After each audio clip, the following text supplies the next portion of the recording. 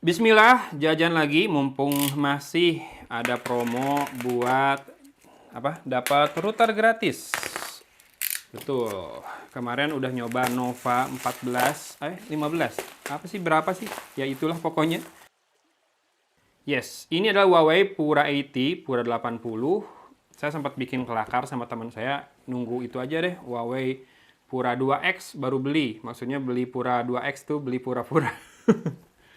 Yes, dari era 2000 store-nya dan dapat bonus modem 5G CPE 5S. Modem sekaligus router ya, dan jaganya 5G. Ini sepertinya unlock, tidak ada operator apa-apa dan masih segel. Oke. Jadi saya lepas kembali karena saya belum butuh. Kemudian ini dia kemasannya seperti ini, ada tulisannya atau branding X-Mage. Jadi Huawei udah nggak sama Leica lagi, mereka mengembangkan sistem imagingnya sendiri namanya X-Mage. Dan ini pakai Kunlun Glass, dimasukin juga branding Kunlun Glass-nya. Jadi katanya lapisan kaca yang tahan ya. Jadi udah nggak pakai Gorilla Glass lagi, pakainya Kunlun Glass dan seperti biasa. Betul, betul. Kamu nggak salah lihat juga ini 4G. Yes, mungkin buat teman-teman yang awam tentang perkembangan teknologi udah suka bertanya kok handphone mahal-mahal masih 4G.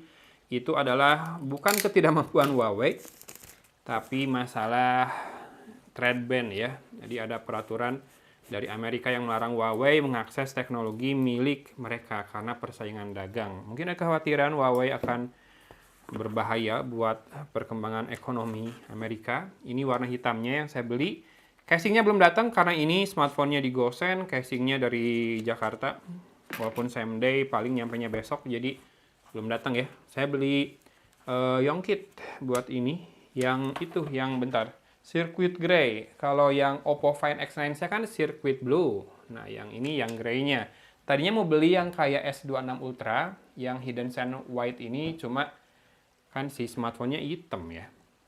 Jadi yang Circuit Grey saja saya ambil. Kemudian ini sendiri masih dapat soft case kok di dalam paket penjualannya. Hard case deng, malah bukan soft case. Hard case warna bening, ya seperti ini. Saya kurang suka. Pertama kurang suka karena bening dan glossy. Kedua ternyata hard case, lebih-lebih nggak suka lagi saya. Walaupun bagian belakangnya agak buram sih.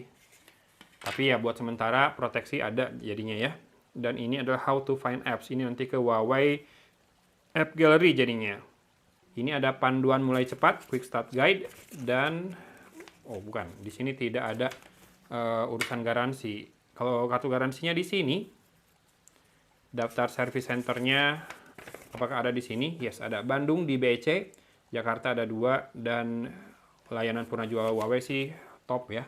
Suka ada service day, diskon buat servis-servisan, bahkan TWS-nya aja bisa diganti kalau ada yang rusak sebelah doang dia jual, casingnya doang juga dia jual, di service centernya ada ya, jadi nggak lepas tangan.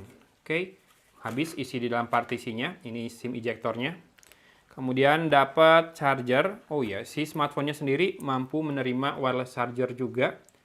Menarik jadinya buat saya coba. Kalau charger yang kabelnya ini maksimal 65 watt. Seingat saya yang wirelessnya 50 watt ya. Tapi tentu butuh wireless charger yang support juga. Sementara wireless charger saya di rumah, kebanyakan yang buat iPhone itu, kalau nggak 10 watt, 15 watt doang. Kemudian dapat kabel data atau kabel charging Type-C to Type-C. Si chargernya, kayak gini. Bisa pakai Type-A ataupun Type-C, tapi nggak bisa pakai dua-duanya ya, salah satu aja. Karena mepet banget kayak gitu. Sip. Yuk, sekarang kita langsung lihat penampakan warna Dazzle Black-nya. Salah, saya dorongnya harusnya ke atas, biar lebih gampang.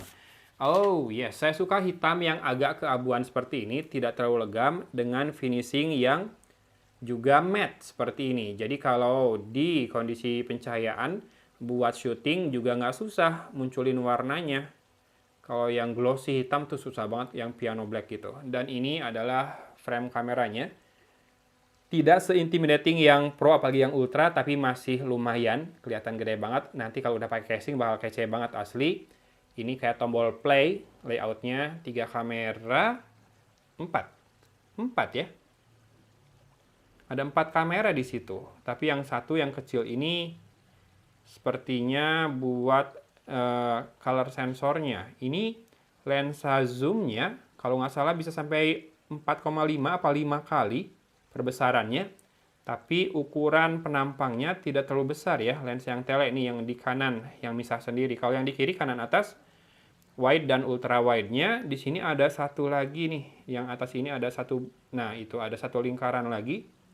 Di sini ada 2 LED flash, two tone, putih dan kuning, cool and warm. Di sini ada branding X-Match-nya, logo Huawei. Kalau feels memegangnya jauh lebih baik dibandingkan Huawei Nova yang kemarin terakhir saya coba. Cuma ini saya ngerasa tombol powernya agak terlalu ke atas, bener nggak sih? Nah, agak sedikit ke atas, terlalu ke atas. Kurang turun sedikit saja tombol powernya. Tapi dikasih aksen yang berbeda, tombol powernya tuh lebih gelap. Cuma nggak dikasih gerigi yang buat teksturnya bisa dirasakan tanpa melihat gitu ya.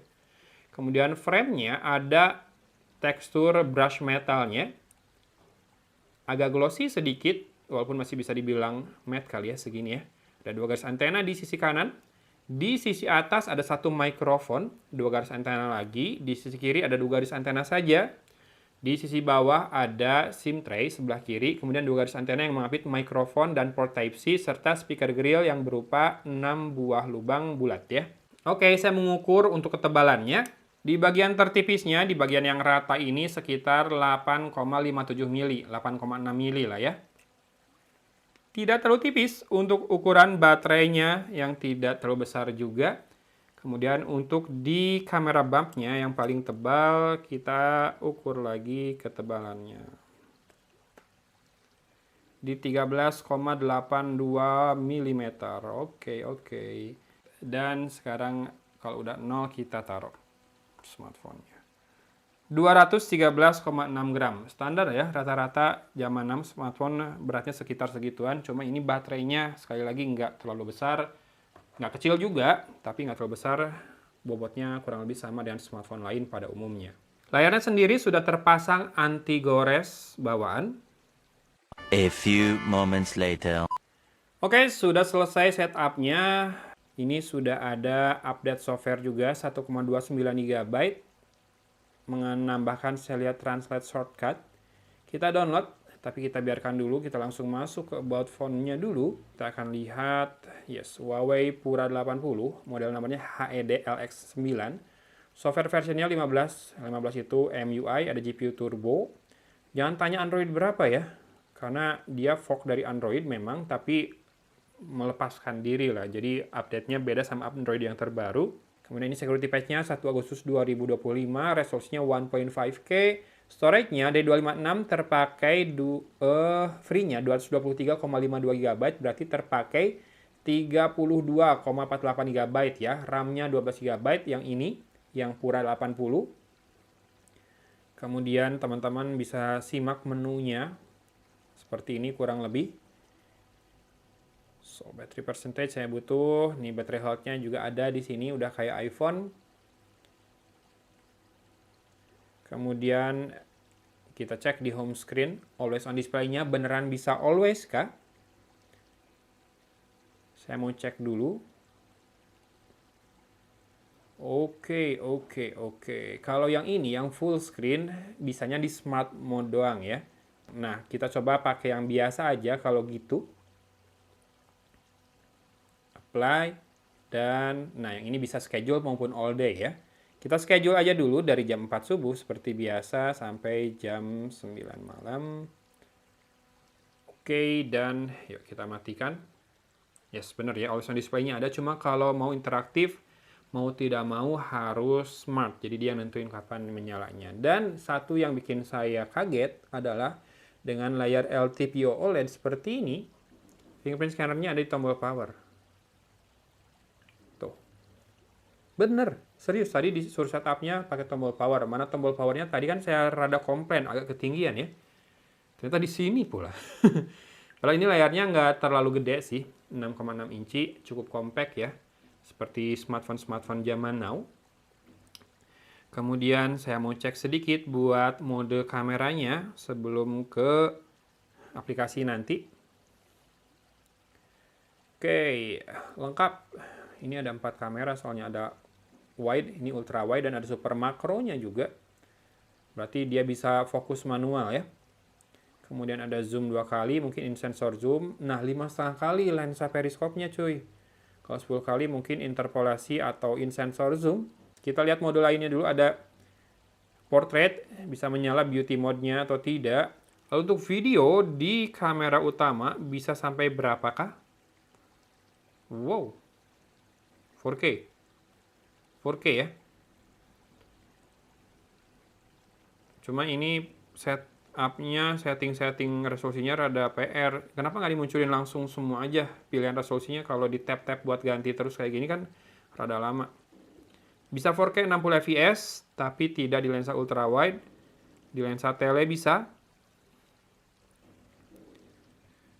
Di ultra wide-nya 4K 30 fps ya. Oh, nggak bisa full screen yang ultra wide. Nah, kalau 16:9 bisa ultra wide, tapi tidak bisa 60 fps. Kalau kamera depan bisa full HD 60 fps, 4K 60 fps juga bisa. Mantap. Dan bisa dibikin wide atau zoom. Bentar, yang tidak ada apa? Mode stabilisasinya di mana? Tidak ada mode khusus mungkin ya? Yang ada mode khusus beautification malah. Buat Pro, ini bisa JPEG, RAW, dan JPEG L. Buat foto ya, ini di wide juga bisa set fokusnya, single, continuous, atau manual. ISO-nya dari 50 sampai 3200, shutter speed-nya dari 1/4000 sampai 30 detik. Ini lensa ultra wide-nya loh. Lensa utamanya, ISO-nya lebih lega lagi nih, dari 50 sampai 409.600. Sementara aperture-nya, oh ini variabel juga, dari 1,4 sampai f4. Nih, saya coba geser-geser. Ini lensa utamanya nih. Kelihatan nggak aperture-nya? Tuh, mengecil, ini f4, ini f1.4. Jadi lensa utamanya yang bawah ya. Mantap, mantap. Shutter speed-nya dari 1/4000 sampai 30 detik juga sama. Kalau lensa telenya, aperture tidak bisa. Lensa ultrawide juga tidak bisa. Nah, lensa tele bisa fokusnya diatur juga manual. Dan ISO-nya sama leganya dari 50 sampai dengan 409.600 dengan shutter speed yang sama juga dari 1/4000 sampai dengan 30 detik. Semuanya kamera belakang saja ya yang bisa di setup manual atau pro-nya. Fokus assist light ada. Dan ini bisa buat rekam video juga. Ini ada super makro, multicam, high res, story creator, aperture, dokumen, stiker, timelapse, slow-mo, panorama, dan light painting. Aperture ini biar lebih gampang ngubah-ngubah aperture. Mau pakai yang fisikal bisa. Pengen lebih tajam, lebih dapat banyak fokus nih kayak gini, f4. Kelihatan? Nih si koin ini saya miringin tapi semua bagian dapat fokus karena di f4. Ya kecilin aperture-nya cuma bokehnya berkurang. Kalau bokehnya mau kece banget, nih kayak gini di bagian sini dan depan fokusnya udah agak soft ya. Ya, prinsip standar fotografi sih teman-teman harusnya udah tahu juga lah ya. Kita lihat aplikasi yang di bawah. Ini nggak ada application drawer ya. Plotware-nya ada Hai Bunda, Insert Live, Me Time, Kompas.com, Detik.com, CNN Indonesia, CNBC, Blibli, ID3 Store. Udah ada 9. Belum yang game. Game ini harus di-download sih, cuma dia udah nambahin shortcut. Di sini juga sama shortcut semua. Lifestyle juga shortcut semua, tapi ini memudahkan kalau kamu misalkan mau install aplikasi-aplikasi tersebut ya. Kalau nggak butuh, kamu bisa tap dan tahan dan remove kayak gitu. Oke? Yes, saya sih penasaran pengen nyoba kameranya smartphone ini. Kalau nyobain kehidupan tanpa Google sih udah nggak bisa. Masalahnya kemarin di Nova waktu install Instagram juga butuh ngaktifin Google ininya ya, Google service-nya. Jadi rada PR. Saya berusaha untuk tidak login akun-akun utama saya di smartphone yang Google service-nya nginstal terpisah atau pakai workaround gitu ya, pakai Gbox atau pakai apapun itu. Tapi nanti kita lihatlah setelah Saya pakai buat foto-foto dan video dulu. Kalau misalkan betah dan kualitasnya bikin saya rela buat login akun Google saya yang utama, berarti sebagus itu. Tapi nanti tungguin aja apakah seperti itu. Info harga ini adalah harganya kuartet 9999, tapi dengan berbagai diskon bisa di angka 9 pas, bahkan ada di beberapa seller bisa sampai 8,7, 8,8 kalau kamu nggak butuh modemnya. Saya nggak butuh modemnya sih, tapi bakal dijual lagi biar lebih hemat ya. Silakan yang tertarik cek produk YouTube Shopee yang saya munculkan atau link di deskripsi. Spek lengkapnya silakan baca lagi. Baterainya memang tidak sebesar smartphone zaman now, tapi dia sudah bisa wireless charging dan fast charging 65 watt. Kameranya setupnya mantap, punya variable aperture. Saya pikir Nova doang kemarin. Yang Pura mungkin harus yang Pro atau yang Ultra yang ada variable aperture-nya. Ternyata enggak. Pura 80, yang vanilla atau yang regular alias basic ini juga punya variable aperture, punya lensa teleskop dengan perbesaran 5,5 kali, punya lensa ultra wide yang punya autofocus dan bisa di setup manual atau pro mode juga. Lengkap ya. Mudah-mudahan buat konten bagus buat rekam video ya.